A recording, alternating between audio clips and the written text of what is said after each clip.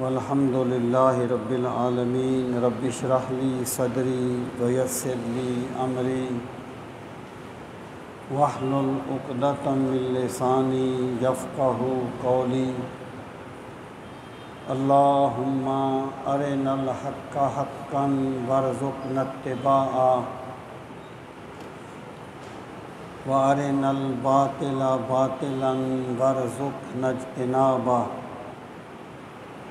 اللہم ارنا الاشیاء کما ہی ان اللہ وملائکتہ یصلون علی النبی یا ایہا الذین آمنوا صلوا علیہ وسلموا تسلیما الصلاۃ والسلام علیک یا رسول اللہ وعلی آلک واصحابک یا حبیب اللہ الصلاۃ والسلام علیک یا شفیع المذنبین وعلی آلک واصحابک یا رحمۃ للعالمین صلی اللہ علی محمد عدد ما ذکرہ الذاکرون وعدد ما غفل عن ذکرہ الغافلون۔ یہ 13ویں پارے کا 19واں رکوع ہے، یعنی آخری رکوع ہے، 13ویں پارے کا آخری رکوع، اور اس قرآن مجید پہ صفحہ نمبر 414 کی نیچے سے دوسری لائن۔ اعوذ باللہ من الشیطان الرجیم، بسم اللہ الرحمن الرحیم۔ وَلَا تَحْسَبَنَّ اللَّهَ غَافِلًا عَمَّا يَعْمَلُ الظَّالِمُونَ إِنَّمَا يُؤَخِّرُهُمْ لِيَوْمٍ تَشْخَصُ فِيهِ الْأَبْصَارُ۔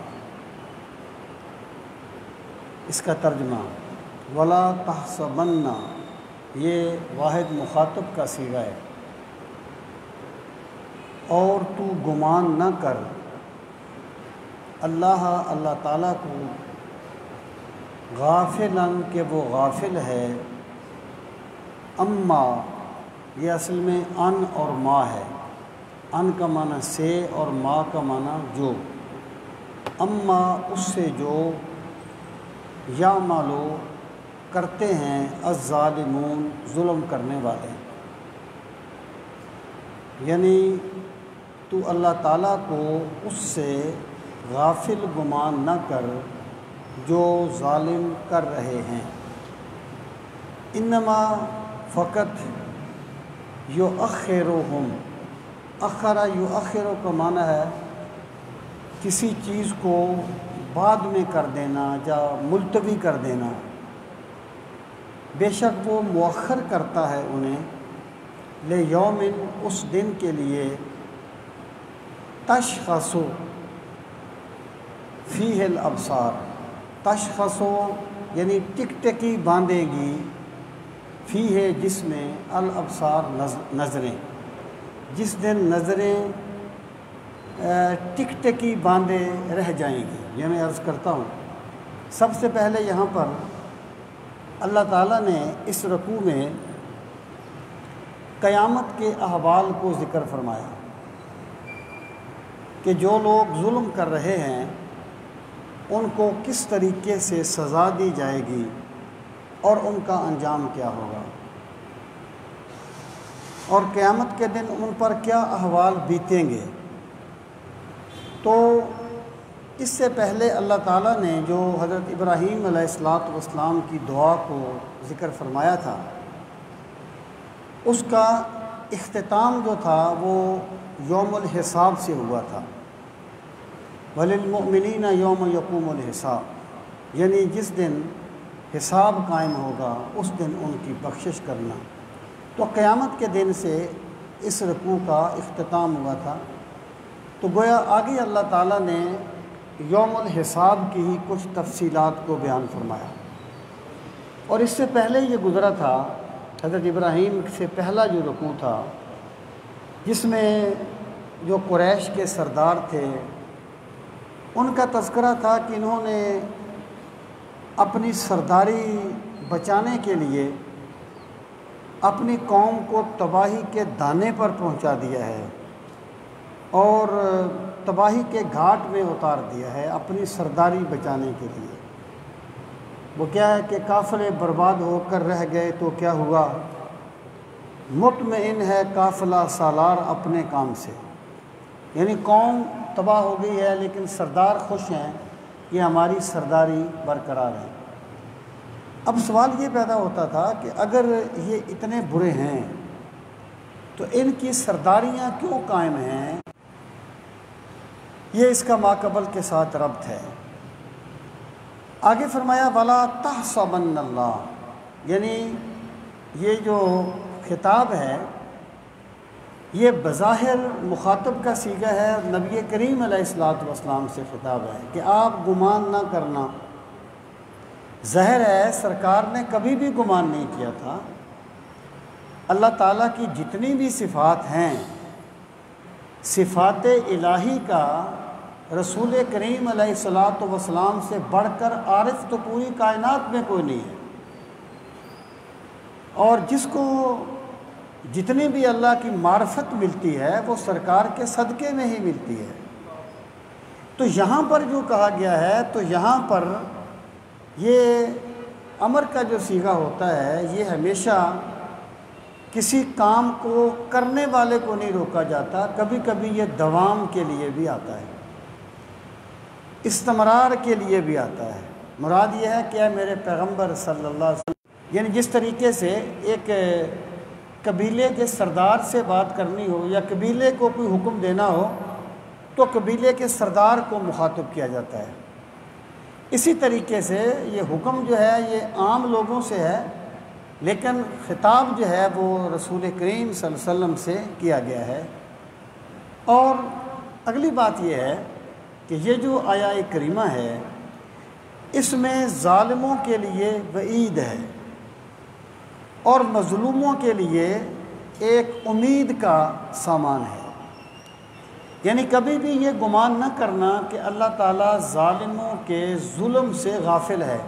مطلب کیا ہے کہ نہ تو ظالم یہ سوچے کہ اللہ تعالیٰ کو میرے ظلم کی پرواہ نہیں ہے اور میں جو چاہوں کرتا رہوں، اور نہ ہی مظلوم یہ سوچے کہ اللہ تعالیٰ ظالم کو چھوڑ دے گا۔ یعنی ظالم کے لیے عبرت ہے اور وعید ہے، اور مظلوم کے لیے تشفی ہے کہ کبھی گمان بھی نہ کرنا کہ جس نے تجھ پہ ظلم کیا ہے اللہ تعالیٰ اسے ویسے ہی چھوڑ دے گا۔ ایک جملے میں دونوں چیزیں ملحوظ خاطر ہیں۔ وہ جیسے کہتے ہیں نا کہ کسی نے کسی سے کہا کہ کوئی ایسا جملہ بولیے کہ اگر میں خوش ہوں تو میری خوشی ختم ہو جائے، اور اگر میں پریشان ہوں تو میری پریشانی ختم ہو جائے۔ تو اس نے کہا یہ وقت بھی گزر جائے گا کہ اگر تم بڑے کسی کامیابی کے مرحلے سے گزر رہے ہو اور تم کسی احساس برتری میں مبتلا ہو رہے ہو، کیفیت میں رہنا ہے، بس یہاں حالات بدلتے رہتے ہیں، اچھے حالات بھی آ جاتے ہیں، برے حالات بھی آ جاتے ہیں۔ اور اگر بندہ پریشان ہو اور بندہ یہ سوچے کہ یہ وقت بھی گزر جائے گا، ہمیشہ تو نہیں رہے گا، تو اس کی پریشانی کم ہو جاتی ہے۔ تو یہاں پر یہ چیز شروع ہو جائے جس میں کوئی پردہ نہ ہو تو پھر تو غیب غیب نہیں رہے گا۔ یعنی اگر ایک بندہ اس نے یوں ہی گناہ کیا ہے تو فرض کریں جی یوں ہی گناہ کیا، اس کو ایک کینکری آ کے لگ جائے پھر تو وہ گناہ نہیں کرے گا، یا وہ فوری طور پر بیمار ہو جائے پھر تو وہ گناہ نہیں کرے گا۔ یہاں تو اللہ تعالیٰ نے پردہ رکھا ہوا ہے، اس لیے اللہ تعالیٰ نے اجر و ثواب کا جو اصل دن ہے وہ قیامت کے دن رکھا ہے۔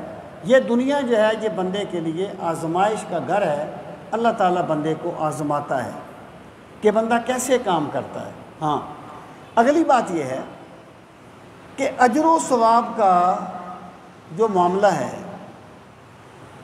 یہ آخرت سے پہلے ہی شروع ہو جاتا ہے، یعنی بے شک اس پہ ایک اخفاء کا پردہ پڑا ہوتا ہے، یا حقیقی وہ پورا اجر و ثواب نہیں ہوتا، لیکن اجر و ثواب کا معاملہ اسی دنیا سے شروع ہو جاتا ہے۔ قبر میں بھی عذاب ہوتا ہے اور ثواب ہوتا ہے۔ رسول کریم علیہ الصلوۃ والسلام نے فرمایا کہ قبر جو ہے وہ محض کوئی ایک مٹی کا گڑھا نہیں ہے، بلکہ یا وہ دوزخ کے گڑھوں میں سے ایک گڑھا ہے یا جنت کے باغوں میں سے ایک باغ ہے۔ اجر و ثواب تو قبر سے بھی ہو جاتا ہے، بلکہ دنیا سے بھی شروع ہو جاتا ہے کہ جو بندہ اللہ تعالیٰ کی بندگی کے راستے پر چلتا ہے، اللہ تعالیٰ اسے نوازتا ہے۔ وہ اقبال نے کہا تھا کہ تیری نگاہ میں ابھی طاقت نظارہ نہیں، یعنی اللہ تعالیٰ یہیں سے اجر و ثواب کا معاملہ شروع کر دیتا ہے۔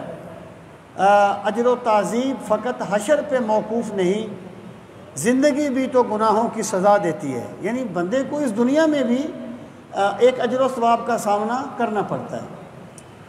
اب سوال یہ ہے کہ اللہ تعالیٰ نے یہاں پر یہ ذکر کیوں فرمایا کہ وہ ظالموں کے عذاب کو قیامت پر مؤخر کر رہا ہے، جس دن نظریں یعنی وہ ٹک ٹکی باندھے رہ جائیں گے۔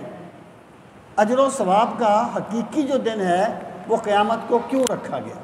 اس کی وجہ یہ ہے کہ ظاہر ہے کہ دنیا تو خیر ہے ہی عمل کی جگہ، یہاں پر تو بندہ اعمال کرتا ہے، اچھے بھی کرتا ہے برے بھی کرتا ہے۔ جب وہ قبر میں چلا جاتا ہے تو قبر میں بھی اس کا نامہ اعمال بند نہیں ہو جاتا، یعنی یہ نہیں ہے کہ جتنی نیکیاں وہ لے کر گیا اتنی نیکیاں ہی لے کر نکلے گا۔ رسول کریم علیہ الصلوۃ والسلام نے فرمایا کہ من سن فی الاسلام سنتا حسنہ فلہ اجرہا و اجر من عمل بہا ومن سن فی الاسلام سنتا سیئہ فلہ وزرہا و وزر من عمل بہا بغیر ان ینقص شیئا من اجورہم و کما قال، کہ جس بندے نے کسی نیک کام کی بنیاد ڈال دی، کسی نیک کام کی بنیاد ڈال دی تو اللہ تعالیٰ اسے اس کا اجر دے گا، اور جب وہ دنیا سے چلا جائے گا اور کوئی بندہ بعد میں اس نیک کام پہ عمل کرتا رہے گا یا اس نے کوئی کار خیر کیا تھا اس پہ عمل کرتا رہے گا، تو جتنا اجر اللہ تعالیٰ عمل کرنے والے کو دے گا اتنا اسے نیکی پر لگانے والے کو اس کی قبر میں عطا فرمائے گا۔ یعنی اسی طریقے سے برائی ہے۔ اب فرض کیجئے گا ایک بندے نے ایک بندے کو نماز پڑھنے پہ لگا دیا، ایک اچھے کام پہ لگا دیا، کوئی اس نے خیر کا ادارہ شروع کر دیا، تو وہ دنیا سے چلا گیا، لیکن جسے اس نے نماز پہ لگا دیا تھا جتنا اجر اسے نماز پڑھنے کا ملے گا اتنا اللہ اسے بھی قبر میں عطا فرمائے گا۔ اور اگر اس نے کسی کو کسی برائی پہ لگا دیا، فرض کریں ایک بندے نے کسی بندے کو چوری کرنے پہ لگا دیا، منشیات پہ لگا دیا، تو وہ دنیا سے چلا گیا، تو جتنا گناہ اسے یہاں پر منشیات کا استعمال کرنے سے یا کسی جرم چوری کرنے سے کسی بھی جرم سے ملے گا تو اتنا اسے بھی قبر میں ملتا رہے گا جس نے اسے برائی پہ لگایا تھا۔ اس لیے پہلی بات تو یہ ہے کہ بندہ دنیا میں ایسے کام نہ کر کے جائے کہ قبر میں اس کے عذاب کا بڑھتا رہے ان کی وجہ سے، بلکہ بندے کو چاہیے کہ دنیا میں ایسے کام کر کے جائے کہ جب وہ قبر میں جائے تو بعد میں بھی نیکیاں اسے ملتی رہیں، بعد میں اس کے نامہ اعمال میں نیکیاں لکھی جاتی رہیں۔ اب سامعین محترم، جو رسول کریم علیہ الصلوۃ والسلام نے فرمایا کہ ایک بندے کا نامہ یا ایک بندے کا درجہ جنت میں بلند کیا جائے گا، تو اللہ تعالیٰ فرمائے گا تیرے نیک بیٹے کے دعا کرنے کی وجہ سے تیرا درجہ بلند کیا گیا ہے۔ اب جو بات میں کہنا چاہتا ہوں کہ اجر و ثواب کا معاملہ آخرت سے پہلے ہی شروع ہو جاتا ہے، لیکن حقیقی اجر و ثواب کا دن قیامت ہے۔ اور قیامت کب قائم ہوگی؟ جب مردے قبروں سے اٹھیں گے۔ بھئی قبروں تک تو اس کی نیکیوں میں اضافہ بھی ہو سکتا ہے، برائیوں میں بھی اضافہ ہو سکتا ہے، تو اجر و ثواب تو پھر اسی وقت دیا جائے گا نا حقیقی، جب یہ یعنی اعمال کا سلسلہ بالکل بند ہو جائے گا۔ تو اس لیے اللہ پاک نے فرمایا کہ ہم ان کی سزا کو اس دن کے لیے مؤخر کر رہے ہیں جس دن نظریں اٹکی کی اٹکی رہ جائیں گی۔ اس کا مطلب کیا ہوتا ہے کہ بندہ ایک چیز کو دیکھتا ہے، اتنی ہولناک چیز ہے، اتنی خوفناک چیز ہے کہ وہ پلکیں جھپکنا بھول جاتا ہے۔ اللہ پاک فرماتا ہے یہ آج جو کہتے ہیں نا کہ قیامت نہیں آئے گی، یہ ویسی تم ہمیں ڈراتے رہتے ہو، یہ ہو جائے گا وہ ہو جائے گا، جب قیامت آئے گی تو تم نظریں پلکنا بھی جھپٹنا بھی بھول جاؤ گے قیامت کی ہولناکیوں کو دیکھ کر، قیامت کے عذاب کو دیکھ کر۔ اس کے اولی مخاطب تو قریش مکہ ہیں جن سرداروں کا ذکر پہلے تھا، لیکن یہ ہر ظالم کے لیے یہ چیز شامل ہے، جیسا اس کا ظلم ہوگا ویسا اس کے لیے عذاب ہوگا۔ تو فرمایا لیوم تشخص فیہ الابصار، جس دن نظریں اچک لی جائیں گی، مہطعین مقنعی رؤوسہم، مہطعین کا معنی ہے مسرعین، بڑی تیزی سے بھاگ رہے ہوں گے۔ کس طرح؟ مقنعی رؤوسہم، اپنے سروں کو جھکائے ہوئے بڑی تیزی سے بھاگ رہے ہوں گے۔ لا یرتد الیہم طرفہم، ردہ ہوتا ہے لوٹنا، اسی سے مرتد کا لفظ ہے، یعنی جس نے کفر چھوڑ کے اسلام کو قبول کیا اور پھر کفر کی طرف لوٹ گیا۔ لا یرتد الیہم، نہیں لوٹے گی ان کی طرف، طرفہم، ان کی پلکیں، یعنی اس دن وہ ان کی نظریں جو ہیں وہ اٹکی کی اٹکی رہ جائیں گی اور پلکیں جھپکنا بھی وہ بھول جائیں گے۔ وَأَفْئِدَتُهُمْ هَوَاء، افئدہ فواد کی جمع ہے، اور ان کے دل اس دن اڑے جا رہے ہوں گے، یعنی دل بالکل ان کی کیفیت ایسی ہوگی جیسے وہ اڑنا چاہتے ہیں، اور بالکل وہ اپنی تمام قسم کی جو سوچ و بچار ہے وہ ختم ہو جائے گی۔ اب یہاں پر دیکھیں مہطعین مقنعی رؤوسہم، یہ قیامت کا ذکر ہے کہ سروں کو جھکائے ہوئے بھاگے جا رہے ہوں گے۔ کدھر بھاگے جا رہے ہوں گے؟ جب سورہ اسرافیل پھونک دیا جائے گا اور اللہ کے داعی کی آواز آئے گی کہ لوگوں آؤ، تمہیں اللہ نے حساب کے لیے بلایا ہے۔ یومئذ یتبعون الداعی لا عوج لہ وخشعت الاصوات للرحمن فلا تسمع الا ہمسا، جس دن وہ انہیں داعی بلائے گا وہ بھاگتے ہوئے جائیں گے۔ یومئذ یتبعون الداعی لا عوج لہ، کوئی پیچھے نہیں رہے گا۔ وخشعت الاصوات، اور خشیت الہی سے، اللہ کے خوف کی وجہ سے آوازیں پست ہو جائیں گی اور سوائے سانسوں کے کوئی آواز نہیں آئے گی۔ اب اس کا مطلب کیا ہے؟ مطلب یہ ہے کہ لوگوں، اللہ کا داعی تمہیں دنیا میں بھی بلاتا ہے، اللہ تعالیٰ کے پیغمبر بھی اللہ کے داعی تھے، اور کوئی بندہ جو اللہ کی طرف بلاتا ہے، اللہ کی طرف آؤ، بندے آتے نہیں ہیں، کیونکہ داعی ان کے سامنے کھڑا ہوتا ہے۔ ابھی وہ پردہ غیب میں ہے حقیقت اس دنیا میں، لیکن قیامت کے دن جب اللہ کا داعی بلائے گا پھر کوئی پیچھے نہیں رہے گا۔ لیکن قیامت کے دن داعی کی آواز پہ جانا بندے کا کمال نہیں ہوگا، بندے کی مجبوری ہوگی۔ اس دنیا میں جو داعی کی آواز پہ لبیک کہے گا یہ اس کا کمال ہوگا، جو داعی کی آواز پہ لبیک کہے گا اللہ کی رحمتوں کو سمیٹ لے گا۔ لیکن اس دنیا میں داعی کی آواز پہ سب جائیں گے، لیکن وہاں جانے کا بندے کا کوئی کمال نہیں ہوگا، وہاں بندے کی مجبوری ہوگی۔ تو بندے کا کمال یہ ہے کہ جب یہاں بھی داعی بلائے حق کی طرف تو بندہ اس کی آواز پہ لبیک کہتا ہوا اس کی طرف بڑھے۔ جو بندہ اس دنیا میں داعی کی آواز پہ لبیک کہے گا تو پھر اس دنیا میں اسے بارگاہ الہی میں لے جانے کے لیے اس کی قبر پہ اس کے نیک اعمال کی سواریاں آ جائیں گی۔ تو بندے کو یہ چاہیے کہ وہ اس وقت کام کرے جب کوئی کام کرنا اس کے لیے کمال کا باعث ہو۔ بعد میں تو سارے کر لیتے ہیں، آپ طلباء کو سمجھاتے رہتے ہیں، بیٹوں کو باپ سمجھاتے رہتے ہیں، وہ کہتے رہتے ہیں ٹھیک ہے ہو جائے گا ہو جائے گا، جب اپنے سر پہ پڑتی ہے نا پھر کہتے ہیں ہاں میرا استاد ٹھیک کہتا تھا، میرا باپ ٹھیک کہتا، اب کیا فائدہ ہے ماننے کا، اب تو وقت گزر گیا۔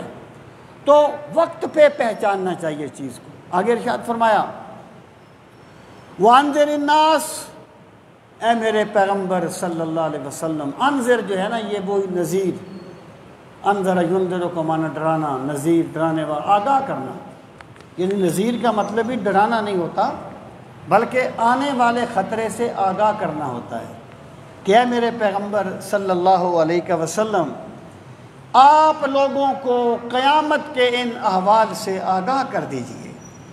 میرے پیغمبر آپ لوگوں کو بتا دیں کہ اگر تم نے دنیا میں دائی کی آواز پہ لبیک نہ کہا پھر تمہیں آخرت میں بڑے سخت حالات سے گزرنا ہوگا، اور اگر تم نے دنیا میں دائی کی آواز پر لبیک کہا تو وہ وقت جو ان کے لیے 50,000 سال کا ہوگا وہ تمہارے لیے ایک نماز کا وقت ہو جائے گا۔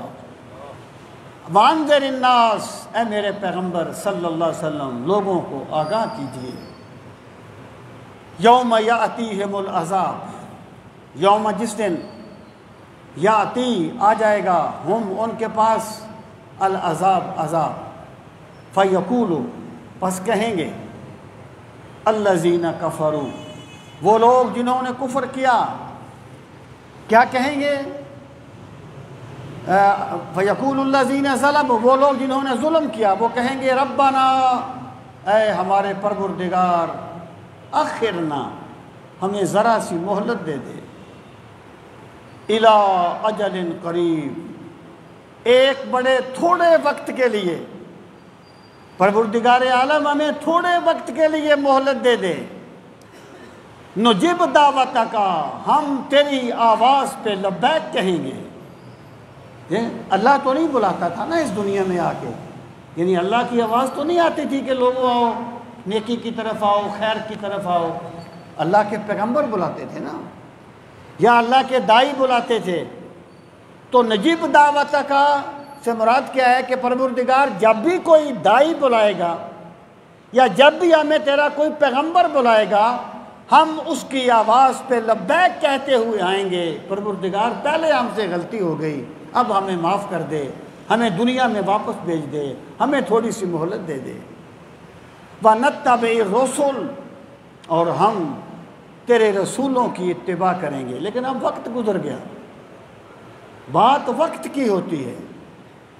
جس بندے نے وقت کی قدر کو پہچان لیا وہ اپنے دور کا بایزید بستانی بن جاتا ہے، جنید بغدادی بن جاتا ہے، اور بعد میں تو سارے پہچان لیتے ہیں، بعد میں پہچاننے کا کیا فائدہ؟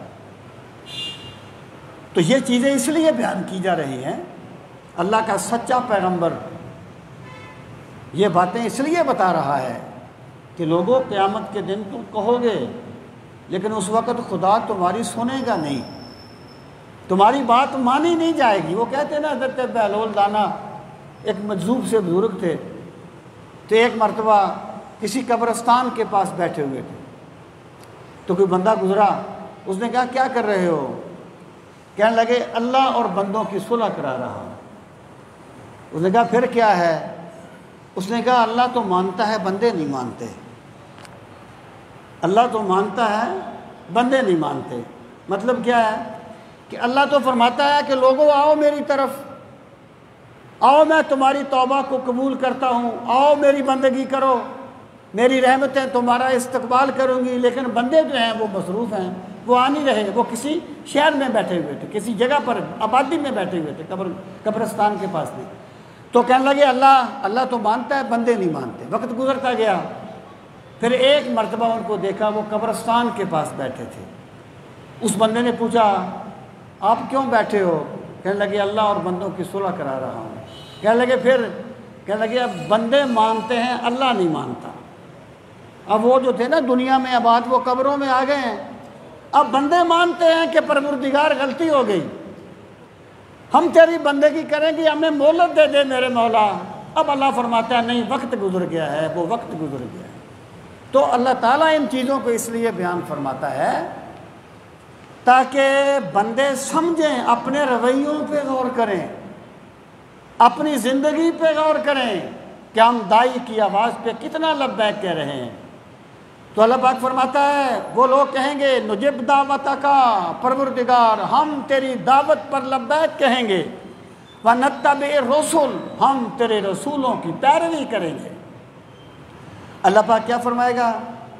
اولم تکونوا اقسمتم من قبل، حمزہ استفہام کا ہے کیا، اور لم تکونوا تم نہیں تھے، اقسمتم تم نے قسمیں کھائیں، من قبل اس سے پہلے، تم نے اس سے پہلے قسمیں کھائیں، ما لکم من زوال، کہ تمہارے لیے کبھی زوال نہیں آئے گا۔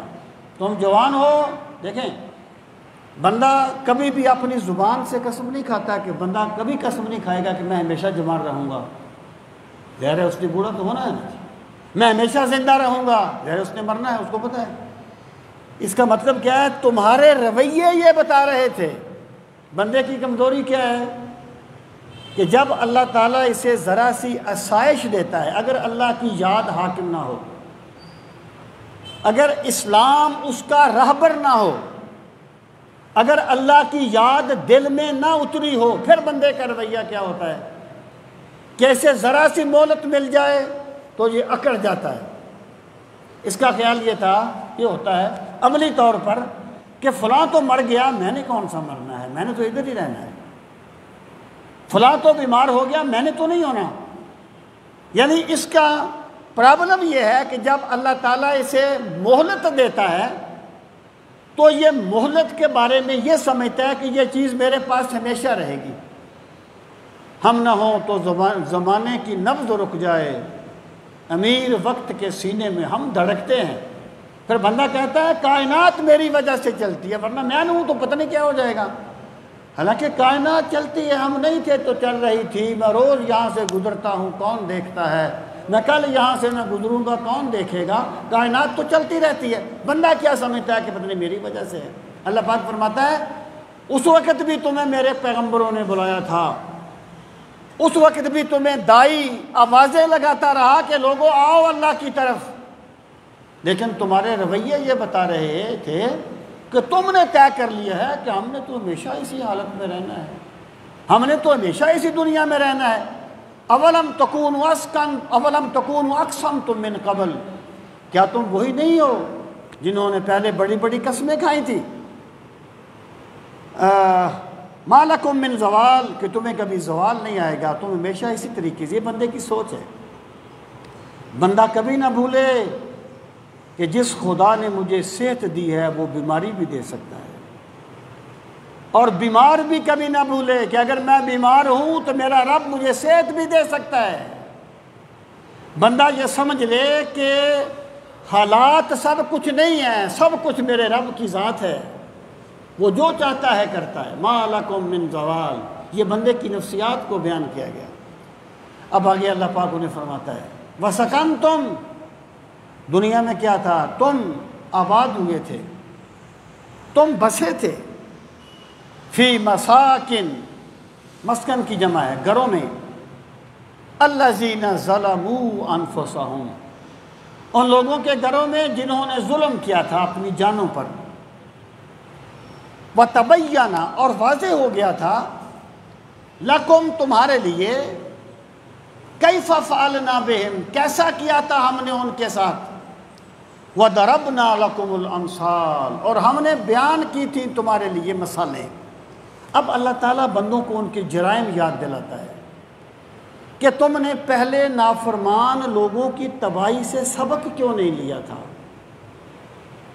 تم آباد ہوئے، یعنی یہاں پر آباد ہونے سے دیکھیں اس کے اولی مخاطب تو مشرکین مکہ ہیں، اور مکہ پر تو کوئی ایسا عذاب نہیں آیا تھا جیسے قوم سمود پر آیا، یا قوم عاد پر آیا تھا، یا قوم نوح پر آیا تھا، مکے پر تو کوئی نہیں آیا۔ یا تو اس سے مراد یہ ہے کہ یہ حکم عام ہے، یعنی اگر تم ان کے گھروں میں نہیں بھی ٹھہرے تھے تو تمہیں یہ بات تھی، تم دنیا میں ٹھہر رہے تھے جیسے وہ ظالم ٹھہر رہے تھے، یا جب وہ لوگ عاد و سمود کی بستیوں کے پاس سے گزرتے تھے تو اس وقت وہ، یعنی اس کو کہا گیا کہ تم نے ان سے عبرت حاصل کیوں نہیں کی۔ اصل اس میں یعنی جو اللہ تعالیٰ جو چیز واضح فرمانا چاہتا ہے بندوں پر وہ یہ ہے کہ لوگوں سرکش بندوں کے انجام کو کہانی کے طور پر نہ لیا کرو کہ فلاں قوم نے یہ جرم کیا تھا تو ایسے ہو گیا تھا، بلکہ سرکش لوگوں کے انجام کو اپنے اوپر منطبق کیا کرو کہ اگر ہم نے اللہ کی نافرمانی کی تو ہم پر بھی اللہ کا عذاب آ جائے گا۔ یہ جو تاریخ ہے نا، یعنی دنیا نے تاریخ کا مقصد صرف معلومات میں اضافہ رکھا ہے، جبکہ اسلام یہ کہتا ہے کہ تاریخ تمہاری عبرت کے لیے ہے، تم تاریخ سے عبرت حاصل کیا کرو۔ جس بندے نے تاریخ سے عبرت حاصل کر لی اللہ نے اسے ایمان والی آنکھ نصیب فرمائی ہے، اور جس بندے نے تاریخ کو بھی ایک واقعہ کے لیا اس نے یعنی گویا ایمان کی آنکھ سے اس چیز کو نہیں دیکھا۔ تو اللہ پاک نے لوگوں کو اس چیز پر وعید فرمائی کہ تم نے پہلے تباہ ہونے والے لوگوں سے سبق کیوں نہیں سیکھا؟ دنیا میں تمہارا حال کیا تھا؟ وَقَدْ مَكَرُوا مَكْرَهُمْ، اور انہوں نے چالیں چلی، مکرہم ان کی چالیں چلنا، یعنی انہوں نے بڑی بڑی چالیں چلی حق کے خلاف، جیسے مشرکین مکہ نے کیا۔ کیا بات طے کی کہ سرکار کو شہید کرنا ہے تو سارے قبیلوں کا ایک ایک بندہ اکٹھا ہو جائے، بنو ہاشم کس کس سے بدلہ لے لیں گے؟ کیا ان کی گہری چال تھی؟ وَعِندَ اللَّهِ مَكْرُهُمْ، ان کی تمام چالوں کا توڑ اللہ تعالیٰ کے پاس ہے، یعنی وہ اس طریقے سے کھڑے رہ گئے اور میرے پاک نبی سورہ یاسین پڑھتے ہوئے چلے گئے۔ تو تم نے جتنی بھی سازشیں کی تھی اللہ تعالیٰ نے تمہاری سازشوں کو ناکام کر دیا، اور حقیقت کیا تھی؟ وَإِن كَانَ مَكْرُهُمْ لِتَزُولَ مِنْهُ الْجِبَالُ، اور اگرچہ ان کا مکر تھا اتنا بڑا، لَتَزُولَ مِنْهُ الْجِبَالُ، جبال کہ اس سے پہاڑ اپنی جگہ سے ہٹ جائیں۔ یعنی تمہاری جو چالیں تھی نا، یہ ایک چیز کی ہیبت کو بیان کرنے کا اسلوب ہے، یعنی تم نے جو چالیں چلی وہ ایسی تھی کہ گویا پہاڑ اپنی جگہ سے ہٹ جائیں گے، لیکن ہوا وہی جو رب کا فیصلہ تھا، جو اللہ نے چاہا تھا وہی ہوا۔ اب آگے ارشاد فرمایا فَلَا تَحْسَبَنَّ اللَّهَ مُخْلِفَ وَعْدِهِ فَلَا تَحْسَبَنَّ اللَّهَ مُخْلِفَ وَعْدِهِ رُسُلًا، فَلَا تَحْسَبَنَّ، پس کبھی بھی گمان نہ کرنا اللہ تعالیٰ کو، مخلف وعدہ رسولہ، کہ اس نے اپنے رسولوں کے ساتھ جو وعدے کیے تھے وہ اس کی خلاف ورزی کرے گا۔ یعنی اللہ تعالیٰ نے اپنے رسولوں کے ساتھ جو وعدے کیے تھے نا کہ جو لوگ تم پہ ایمان لائیں گے میں انہیں اس طریقے سے نواز دوں گا، میں انہیں اس طریقے سے نجات دوں گا، اس طریقے سے عزتیں دوں گا، اے مخاطب کبھی بھی یہ گمان نہ کرنا کہ اللہ تعالیٰ اپنے رسولوں سے کیے ہوئے وعدوں کو پورا نہیں کرے گا۔ اللہ تعالیٰ سے بڑھ کر کوئی اپنے وعدوں کو پورا کرنے والا نہیں ہے، بشرطے کہ بندہ اللہ کے وعدوں کی صداقت پر یقین کرنے والا ہو۔ ان اللہ عزیز ذو انتقام، بے شک اللہ تعالیٰ بڑے غلبے والا ہے اور انتقام لینے والا، یعنی سزا دینے والا ہے۔ مراد یہ ہے کہ کوئی یہ نہ سوچ لے کہ اتنے بڑے بڑے طاقتور ہیں تو ان کو کیسے سزا دی جائے گی۔ اللہ تعالیٰ جو چاہتا ہے وہ کرتا ہے۔ اللہ تعالیٰ پیغمبر کے ماننے والوں کو عزتیں عطا فرمائے گا اور نافرمانوں کو عذاب میں جکڑ لے گا، جیسے دنیا میں بھی ہوا، مشرکین مکہ کے ساتھ جو ہوا، یہود کے ساتھ جو ہوا، آخرت میں بھی ہوگا۔ فرمایا یہ کس دن ہوگا؟ یوم تبدل الارض غیر الارض، جس دن زمین بدل دی جائے گی اس زمین کے علاوہ، والسماوات، یعنی تبدل السماوات، آسمان بھی بدل دیے جائیں گے، وبرزوا للہ واحد القہار، اور تمام لوگ اللہ کے سامنے حاضر ہو جائیں گے جو ایک ہے اور سب پر غلبے والا ہے۔ یہ زمین بدل دی جائے گی، آسمان بدل دیا جائے گا۔ ایک قول یہ ہے کہ اس سے مراد یہ ہے کہ زمین کی حیت بدل دی جائے گی، زمین پر پہاڑ ختم ہو جائیں گے، دریا ختم ہو جائیں گے، زمین بالکل ایک سپاٹ اور یعنی بغیر کسی رکاوٹ کے ایک ہموار ہو جائے گی، اور ایک قول یہ ہے کہ اللہ تعالیٰ اس زمین کو لپیٹ دے گا، آسمان کو ختم کر دے گا، اور اس کی جگہ دوسری زمین ہوگی اور دوسرا آسمان ہوگا۔ تو جب سیدہ عائشہ الصدیقہ رضی اللہ تعالیٰ عنہ نے سرکار سے پوچھا کہ جب زمین نہیں ہوگی تو پھر لوگ کہاں ہوں گے، تو سرکار نے فرمایا لوگ پل صراط پہ ہوں گے۔ تو اللہ تعالیٰ جو زمین اس زمین کی جگہ پر بچھائے گا وہ چاندی کی طرح صاف اور شفاف ہوگی۔ مفسرین کہتے ہیں اللہ تعالیٰ اپنا انصاف اس زمین پہ کرے گا جس پہ کسی نے کسی پر ظلم نہ کیا ہو، جس میں کسی بے گناہ کا خون نہ بہایا گیا ہو۔ اللہ پاک فرماتا ہے لوگو یاد کرو اس رب کی طاقت کو جو زمین کو ایک دستے قدرت میں لے لے گا، آسمان کو ایک دستے قدرت میں لے لے گا، ان کو ختم کر دے گا، دوسرے زمین و آسمان بنا دے گا، اور پھر کیا ہوگا؟ وَبَرَزُوا لِلَّهِ الْوَاحِدِ الْقَهَّارِ، اور تمام لوگ اس رب کے سامنے جمع ہو جائیں گے جو ایک ہے۔ آج تم دنیا میں اس کو ایک مانو یا نہ مانو، اس دن سب مانو گے، لیکن اس دن ماننے کا فائدہ کوئی نہیں ہوگا۔ آج رب کو ایک مانو تاکہ تمہیں انعامات سے نوازا جائے، القہار جو سب پر غلبے والا ہے۔ پھر اللہ پاک نے فرمایا وَتَرَى الْمُجْرِمِينَ، اے میرے پیغمبر صلی اللہ علیہ وسلم یا اے مخاطب، تو دیکھے گا مجرمین کو، جرم کرنے والوں کو، یومئذ اس دن، مقرنین فی الاسفاد، اسفاد بیڑیوں کو کہتے ہیں، مقرنین جکڑے ہوئے، اس دن وہ بیڑیوں میں جکڑے ہوئے ہوں گے، آگ کی زنجیروں میں انہیں جکڑ لیا جائے گا۔ جیسے اللہ پاک فرماتا ہے نا خذوہ فغلوہ ثم الجحیم صلوہ ثم فی سلسلۃ ذرعہا 70 ذراعا فاسلکوہ انہ کان لا یؤمن باللہ العظیم، اس نافرمان کو پکڑ لو اور اسے 70 گز لمبی آگ کی زنجیر میں جکڑ دو، کیونکہ یہ دنیا میں رب کی عظمت کا اقرار نہیں کیا کرتا تھا اور یہ مسکین کو کھانا نہیں کھلایا کرتا تھا۔ تو اللہ پاک فرماتا ہے اس دن مجرمین کو آگ کی زنجیروں میں جکڑ لیا جائے گا۔ سرابیلہم من قطران، اور سرابیل سربال کی جمع ہے لباس، اور ان کے لباس قطران یعنی تارکول کے ہوں گے، آپ یوں کہیے کہ آگ کے ان کے لباس ہوں گے۔ وَتَغْشَى وُجُوهَهُمُ النَّارُ، اور ان کے چہروں پر آگ چھا رہی ہوگی قیامت کے دن۔ یہ کس لیے ہوگا؟ لِيَجْزِيَ اللَّهُ كُلَّ نَفْسٍ مَا كَسَبَتْ، لِيَجْزِيَ اللَّهُ، تاکہ اللہ تعالیٰ بدلہ دے، کُلَّ نَفْسٍ، ہر انسان کو، ما کسبت، اس نے جو بھی کیا، یعنی جس بندے کو اتنا عذاب ہوگا تو اللہ نے اس پر کوئی زیادتی نہیں کی ہوگی، اسے اس کے اعمال کا بدلہ دیا جائے گا۔ وہ اقبال کہتے ہیں نا کہ میں سیر کرتے کرتے عالم تخیل میں دوزخ میں پہنچ گیا تو میں نے فرشتے سے کہا کہ یہاں آگ نہیں ہے، تو فرشتے نے مجھے کہا اہل دنیا یہاں جو آتے ہیں اپنے انگار ساتھ لاتے ہیں، یعنی دنیا کے اعمال ہی ان کے لیے آگ بن جاتے ہیں۔ تو اللہ پاک فرماتا ہے اس لیے تاکہ اللہ تعالیٰ ہر بندے کو بدلہ دے جو اس نے کیا۔ ان اللہ سریع الحساب، بے شک اللہ تعالیٰ بہت جلد حساب لینے والا ہے، اتنی جلد جو بندوں کے وہم و گمان سے بھی ماورا ہے۔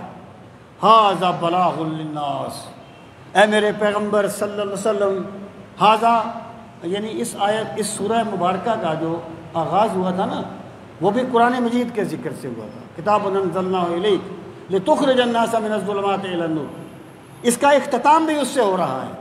تو یہ ہوتی ہے فواتح و خواتین میں مناسبت۔ ھذا بلاغ للناس، قرآن واضح پیغام ہے لوگوں کے لیے، یعنی آپ کا مقصد لوگوں کو لازمی مسلمان کرنا نہیں ہے، قرآن کا مطلب صرف لوگوں تک اللہ کا پیغام پہنچا دینا ہے۔ ھذا بلاغ للناس وَلَيُنذِرُوا بِهِ وَلَيُنذَرُوا بِهِ، اور اس لیے قرآن کو نازل کیا گیا تاکہ لوگوں کو انذار کیا جائے قرآن کے ساتھ، یعنی جو انذار ہے نا، انذار لوگوں کو آگاہ کرنا برائی کے انجام سے، یہ قرآن مجید اور دعوت اللہ کا اصل نقطہ ہے، انذار، ڈرانا، لوگوں کو آگاہ کرنا ان کے برے انجام سے۔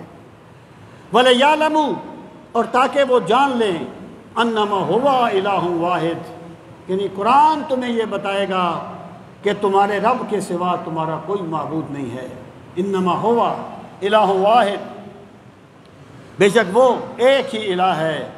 وَلِيَذَّكَّرَ أُولُو الْأَلْبَابِ اور تاکہ نصیحت پکڑ لیں اولو الالباب جو اصحاب عقل ہیں۔ مطلب کیا ہے کہ عقل مند وہ نہیں ہے جو زیادہ فراڈ کر لیتا ہے، عقل مند وہ نہیں ہے جو زیادہ دھوکہ کر لیتا ہے، عقل مند وہ ہے جو قرآن کریم کی روشنی میں اللہ کی عظمتوں کو سمجھ لیتا ہے، جو اپنی حقیقت پہ غور کر لیتا ہے، جو قرآنی پیغام کو سمجھ کے اپنی نجات کا سامان کر لیتا ہے۔ اللہ پاک فرماتا ہے وہ عقل مند ہیں جو قرآن مجید سے نصیحت حاصل کریں گے۔ اللہ تعالی ہم سب کو اپنی بندگی کا ذوق نصیب فرمائے۔ وما علینا الا البلاغ المبین۔ الحمد للہ رب العالمین والعاقبۃ للمتقین، الصلاۃ والسلام علی سید المرسلین وعلی آلہ واصحابہ اجمعین۔ ربنا آتنا فی الدنیا حسنۃ وفی الآخرۃ حسنۃ وقنا عذاب النار۔ ربنا وآتنا ما وعدتنا علی رسلک ولا تخزنا یوم القیامہ انک لا تخلف المیعاد۔ پروردگار عالم ہم سب کی حاضری اپنی بارگاہ عالی میں قبول و منظور فرما۔ یا ارحم الراحمین، اپنے پاک نبی علیہ الصلاۃ والسلام کی وجاہتوں کا واسطہ ہمیں یقین کی دولت نصیب فرما، ہمیں اخلاص کی نعمت نصیب فرما، للہیت کی دولت نصیب فرما۔ پروردگار عالم اپنے بے پناہ کرم کا واسطہ ہمیں قرآن مجید کی نعمت کی قدر کرنے والا بنا دے، قرآن مجید کی تلاوت کا ذوق نصیب فرما۔ یا اکرم الاکرمین، قرآن مجید کی بے پناہ برکتوں کا واسطہ تمام دکھیوں کے دکھ دور فرما، تمام پریشان حالوں کی پریشانیاں دور فرما، تمام بیماروں کو شفائے کاملہ و عاجلہ نصیب فرما۔ پروردگار عالم اپنی بے پناہ قدرتوں کا واسطہ تمام پریشان حالوں کی پریشانیاں دور فرما۔ یا اکرم الاکرمین، ہمارے دلوں کو اپنی بندگی کی طرف پھیر دے، اپنی یاد کی طرف پھیر دے۔ میرے مالک ہمیں ایسا بنا دے کہ ہم دنیا میں تیری رضا کے طالب رہیں اور دنیا میں آخرت کی تیاری کا سامان کرتے رہیں۔ یا اکرم الاکرمین، اپنے بے پناہ کرم کا واسطہ سب کو دارین کی عزتیں نصیب فرما، دونوں جہانوں کی برکتیں نصیب فرما۔ ربنا تقبل منا انک انت السمیع العلیم وتب علینا انک انت التواب الرحیم، وصلی اللہ تعالی علی خیر خلقہ ونور عرشہ وزینت فرشہ محمد وعلی آلہ واصحابہ اجمعین، آمین برحمتک یا ارحم الراحمین۔ اللہ پاک سب کو جزائے خیر دے۔